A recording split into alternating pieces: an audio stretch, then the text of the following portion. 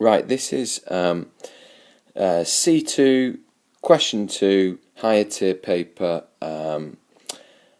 from summer 2014, and it's a 6-marker which is a describe and explain question, and it's asking you why chlorine gas is a gas at room temperature and sodium chloride is a solid. So it's a describe and explain. That gives you a big clue about how to answer it. So to structure the answer, I suggest you do this.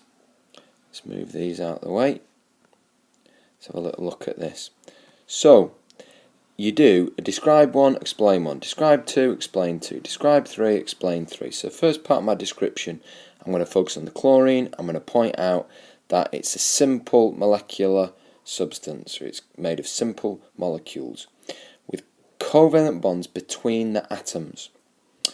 And that tells us that, so the explain bit is that there's weak bonds there between the molecules. You should know that with simple molecules there's weak bonds between them, between the molecules, within the molecules, so intramolecular forces are dead strong, but the intermolecular forces, the forces between those molecules, are weak, and that's why it's got a low boiling point. Anything that's got a really low boiling point is going to be a gas at room temperature, because it boils at a very low temperature and turns into a gas. Second part, I'm now going to focus on the sodium chloride. You get a mark for pointing out that it's got ionic bonds and that it's got oppositely charged ions within the structure there. So it's made of ions that have opposite charges. So because they've got opposite charges, the bonds between them are really strong. And that means you need a load of energy to release those bonds, or to break those bonds, I should say. And that's why it's got a high melting point. So anything with a really high melting point is going to be a solid, because you've got to heat it a lot to turn it into a liquid. So room temperature is going to be a solid. You can also get a mark for pointing out that we call that structure a giant lattice structure.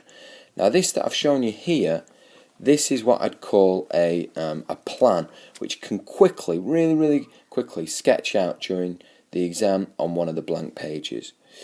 So let me shrink that down. So I use that plan to write up the answer that you can see here, and you can pause this and have a proper read of this. But I've put in a little bit of what am I doing here? In a red pen here, you can see where you're getting the marks from. Now I've got 10 separate points here that I'm making for my 6 marks. What I'll also show you, and again you can pause this so you can have a proper read of it, but it's obviously on the Google Drive, and it's on the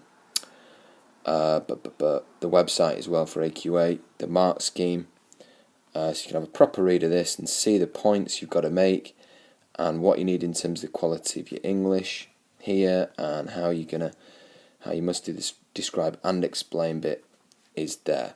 I'll stop there. That hopefully makes some sense. See you later. Bye bye.